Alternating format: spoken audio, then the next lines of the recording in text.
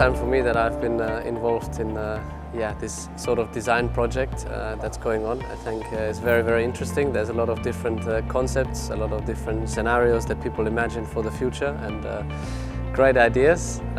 Some I think that are very revolutionary, others that still contain a lot of the history and the heritage of Ferrari. So it's fairly interesting and therefore not easy to find your favorites, but a really fun project.